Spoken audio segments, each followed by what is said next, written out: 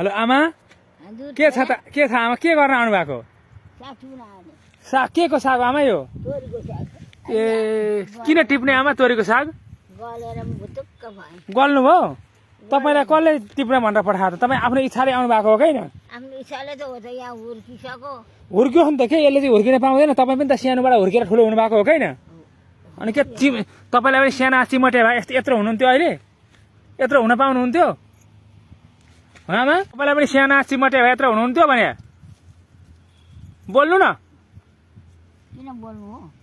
अनि किन त्यो टिप्नु त त्यो बिचरा त्यो दुख्दैन तेरा चिमट त दुख्छ नि खाँदा पनि दुख्छ आमा के अनि अब के गुन्द्रुक हाल्ने यसको खोइ के हाल्नु हो के मुखा हाल्ने मुखा हाल्ने ए कस हाले पनि मुखा हाल्ने हो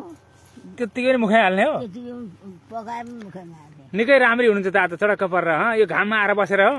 कति दिन भयो तपाईँ यो खेतमा आउनु भएको आफ्नो खेत चिन्नुहुन्छ कि त कुनो भनेर चिन्दिनँ नि अब तँ चिनाउन आइनस् के भन्छ आइपुगेँ त अहिले आइस् नि कति बेला आउनुभयो यो अर्काको खेतमा हुनुहुन्छ र तपाईँ अहिले अघि अर्का खेत गएँ के गर्नुभयो घर अर्का खेत नचिनेर बल्ल बल्ल बल्ल चिने हो चिन्नु भयो चिने अनि अरू के खाता नयाँ नौरो यस्तै छ नि